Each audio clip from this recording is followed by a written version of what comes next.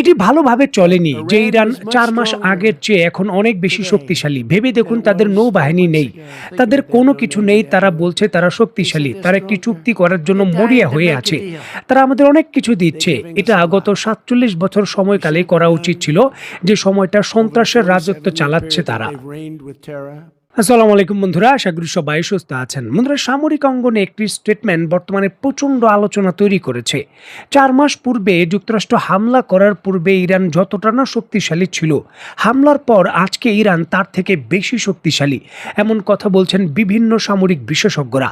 দেখুন, এই কথার উত্তাপ এতটাই বেশি, যুক্তরাষ্ট্রের প্রেসিডেন্ট ডোনাল্ড ট্রাম্পের নিজে এর জবাব দিতে হয়েছে। দেখুন, সামরিক বিশেষজ্ঞরা বলছেন পূর্বে ইরানের ক্ষমতা কি ছিল, মিসাইলগুলো কতটা সুনির্দিষ্টভাবে হিট করতে পারে, সেটা মধ্যপ্রাচ্যের দেশ এবং যুক্তরাষ্ট্র অনেকটা আইডিয়া করেছিল। তবে হামলার পর সেটা অনেকটাই প্রমাণিত হয়ে গেছে এবং ইরান দীর্ঘ ৪ মাসের এই শক্তিশালী যুদ্ধের পরও টিকে গেছে। তাদের স্থানীয় যে শাসন ব্যবস্থা সেটা সক্রিয় হয়েছে এবং এই ইন্টারনালভাবে এখন যে ইরানের নেতৃত্ব রয়েছে সেটা আরও কট্টরপন্থীদের হাতে চলে গেছে। সার্বিকভাবে এই সকল কিছু বিবেচনা করেই সামরিক বিশেষজ্ঞরা বলছেন যে ৪ মাস আগের ইরান আর এখনকার ইরানের মধ্যে তফাৎ হলো ৪ মাস আগের থেকেও তারা এখন বেশি অনেকটা শক্তিশালী। বিভিন্ন ধরনের অস্ত্র তারা নতুন করে উৎপাদন করেছে, তারা স্যাটেলাইট, মহাকাশ কেন্দ্র, বিভিন্ন ধরনের ইন্টারসেপ্ট তৈরি করেছে। বিশেষ করে যুদ্ধক্ষেত্রে বাস্তবিক যে অভিজ্ঞতা রয়েছে যুক্তরাষ্ট্রের মতো পরাশক্তির বিরুদ্ধে, তার কিন্তু তারা টেকনিক্যালভাবে বিভিন্ন ইনফরমেশনও পেয়েছে। এবং সার্বিক বিষয়গুলো যে শুধু কথার কথা নয়, তাই স্ক্রিনে নিশ্চয়ই আপনারা দেখতে পাচ্ছেন দ্য টাইমস অফ ইসরায়েলের প্রতিবেদনে নিশ্চিত হচ্ছে। তারা কিন্তু প্রতিবেদন করছে যে মধ্যপ্রাচ্যের উপসাগরীয় যুক্তরাষ্ট্রের যে ঘাঁটিগুলো রয়েছে সেগুলো ইসরায়েলে হস্তান্তর করা হবে। যুক্তরাষ্ট্রের বিখ্যাত সংবাদ মাধ্যম ওয়াল স্ট্রিট জার্নাল এই বিষয়কে কেন্দ্র করে পূর্ণাঙ্গ প্রতিবেদন প্রকাশ করেছে। যুক্তরাষ্ট্র এখন উপসাগরীয় দেশগুলোর ভেতর অবস্থিত যুক্তরাষ্ট্রের ঘাঁটিগুলোকে, যে সকল ক্ষতিগ্রস্ত ঘাঁটিগুলো রয়েছে সেগুলো মেরামত করে পুনর্গঠন করতে চায় না। কারণ যে কোনো হামলার ক্ষেত্রে সেগুলোর কৌশলগত গুরুত্ব কমে গেছে। সেগুলো কিন্তু ইরানের বিরুদ্ধে কতটুকু টিকে থাকতে পারবে তা নিয়ে প্রশ্ন তৈরি হয়েছে।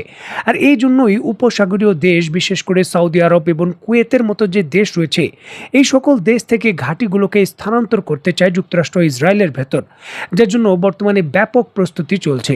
বিষয়গুলো যদিও প্রকাশ্যে এখনো ঘোষণা দেওয়া হয়নি, তবে ধাপে ধাপে অতি গোপনে যুক্তরাষ্ট্র এটি করতে চায়। আর যদি এমনটা করা হয় তাহলে গত ৫০ বছরে যেই ঘটনাটি ঘটেনি, ইরানের সঙ্গে ৪ মাসের যুদ্ধের কারণে এটি ঘটে গেছে। কারণ মধ্যপ্রাচ্যের এই সকল দেশে যুক্তরাষ্ট্রের অবস্থান আজকে থেকে নয়, অনেক পূর্ব থেকে কোনো ধরনের পদক্ষেপ, ২ বার গালফ যুদ্ধ হয়েছে, তারপরও যুক্তরাষ্ট্রকে মধ্যপ্রাচ্যের ঘাঁটিগুলো সরিয়ে নিতে বাধ্য করা যায়নি। তবে ইরানের সঙ্গে এক যুদ্ধের কারণে যুক্তরাষ্ট্র ইরাক থেকে চলে গেছে, সিরিয়া থেকে চলে গেছে।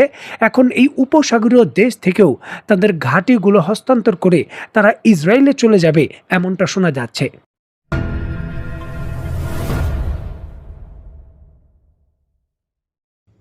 ইসরায়েলের নাগরিক বৃন্দ, সাবাত শুরু হওয়ার পূর্বে আমি আপনাদের ইসরায়েল রাষ্ট্রের একটি বড় অর্জনের কথা জানাতে চাই। আপনারা জানেন আমরা ওয়াশিংটনে ইসরায়েল, লেবানন এবং মার্কিন যুক্তরাষ্ট্রের প্রতিনিধিদের মধ্যে আলোচনা চালাচ্ছি।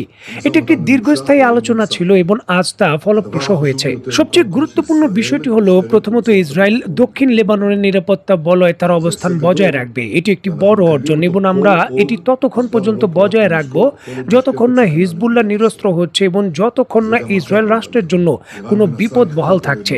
এটি ইরানের জন্য একটি বড় আঘাত। ইরান দক্ষিণ লেবানন থেকে আমাদের জোরপূর্বক পিছু হটাতে বাধ্য করার চেষ্টা করেছিল, কিন্তু মূলত ইসরায়েল, লেবানন এবং মার্কিন যুক্তরাষ্ট্র তাদের বলছে এতে আপনাদের কোনো সংশ্লিষ্টতা নেই, লেবাননে আপনাদের কোনো ভূমিকা নেই, আপনাদেরও নেই, হিজবুল্লাহরও নেই এবং অন্যান্য কোনো গোষ্ঠীরও নেই। আরেকটি বিষয় হলো, আমরা লেবাননের সেনাবাহিনীকে ভূখণ্ড নিয়ন্ত্রণ নেওয়ার জন্য সুযোগ করে দিচ্ছি। আমরা 2টি পাইলট গঠন করেছি, 2টি IDF সুপারিশে, একটি অঞ্চল নিরাপত্তা বলয় সম্পূর্ণ বাইরে, লিটানি নদীর উত্তরে, দ্বিতীয়টি হলো লিটানি নদীর অংশে এবং একটি ছোট বর্ধিত নিরাপত্তা অঞ্চলের মধ্যে পড়ে, যা আমরা গত 2 সপ্তাহে অর্জন করেছি এবং IDF এর সেটির প্রয়োজন নেই, তারা তা অত্যন্ত স্পষ্টভাবে বলেছে। অর্থাৎ আমরা সর্বদা মূল নিরাপত্তা অঞ্চলটি বজায় রাখছি, যা অ্যান্টি ট্যাঙ্ক ক্ষেপণাস্ত্র সীমান্তের বাইরে। হিজবুল্লাহ সাধারণ কোনো জনবসতিতে আমরা প্রবেশ করতে দিচ্ছি না, এটি সুরক্ষিত। এবং সবথেকে গুরুত্বপূর্ণ বিষয় হলো ইসরায়েল স্পষ্ট করে বলেছে আমাদের নিরাপত্তা সবার আগে। দেখুন, হিজবুল্লাহকে ছাড়াই ওয়াশিংটনে যুক্তরাষ্ট্র, ইসরায়েল এবং লেবাননের যে সরকার রয়েছে তাদের মধ্যে 4 দিন ব্যাপী আলোচনা হয়। সেখান থেকে একটি চুক্তি স্বাক্ষরিত হয়েছে, যে চুক্তির অধীনে ইসরায়েল লেবাননের অভ্যন্তরে থাকা অতিরিক্ত কয়েকটি যে গ্রাম এবং স্থান দখল করেছে সেখান থেকে তাদের সেনা প্রত্যাহার করবে। তবে মূলত লেবানন এবং ইসরায়েল সীমান্তের কাছে তারা যে বাফার জোন তৈরি করেছিল, সেই বাফার জোন থেকে কোনো সেনা প্রত্যাহার করা হবে না। ইসরায়েল বলছে যে এই বাফার জোন, যেটা 10 কিলোমিটার বলা হচ্ছে সীমান্ত এলাকা থেকে, এটি মূলত রাখা হবে হিজবুল্লাহর এন্টি ট্যাঙ্ক মিসাইল হামলা থেকে বাঁচার জন্য। কারণ একটি এন্টি ট্যাঙ্ক মিসাইলের যে রেঞ্জ থাকে সেটা থাকে 5 থেকে 6 কিলোমিটার বা সর্বোচ্চ 10 কিলোমিটার। যদি ইসরায়েলের সীমান্তের কাছাকাছি হিজবুল্লাহর অবস্থান থাকে, তাহলে ইসরায়েলের ভেতরে 10 কিলোমিটার তারা এন্টি ট্যাঙ্ক মিসাইল ফায়ার করতে পারবে।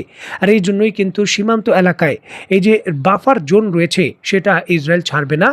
এই অনুযায়ী বর্তমানে ইসরায়েল এবং লেবাননের ফ্রেমওয়ার্ক চুক্তি হয়েছে, যে চুক্তিকে কেন্দ্র করে লেবাননের অভ্যন্তরে বর্তমানে তৈরি হয়েছে বিপুল পরিমাণের প্রতিবাদ। সাধারণ জনগণ এবং হিজবুল্লাহ এই চুক্তি মানবে না, এমনটা ঘোষণা দেওয়া হয়েছে।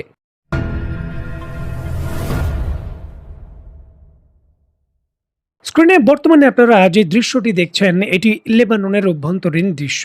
ইসরায়েলের সঙ্গে এই ফ্রেমওয়ার্কে চুক্তি স্বাক্ষর করার পরই লেবাননের অভ্যন্তরে জনগণ এই চুক্তির বিরুদ্ধে দাঁড়িয়েছে। তারা কিন্তু এমনটাই বলছে যে সম্পূর্ণভাবে ইসরায়েলের যে সেনা রয়েছে লেবাননের ভূখণ্ড থেকে প্রত্যাহার করতে হবে।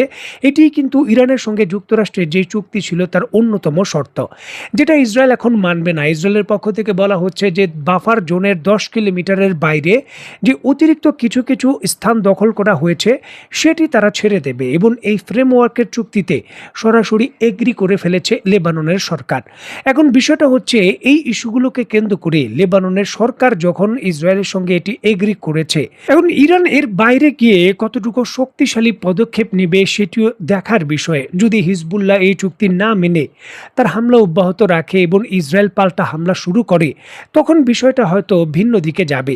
দেখুন, ইরান যে চুক্তি করেছে ইসরায়েলের সঙ্গে বা পক্ষান্তরে যুক্তরাষ্ট্রের সঙ্গে সরাসরি, সেই চুক্তির প্রথম শর্তেই বলা হয়েছিল যে লেবাননের যুদ্ধ সম্পূর্ণ বন্ধ করতে হবে এবং সেনা প্রত্যাহার করতে হবে।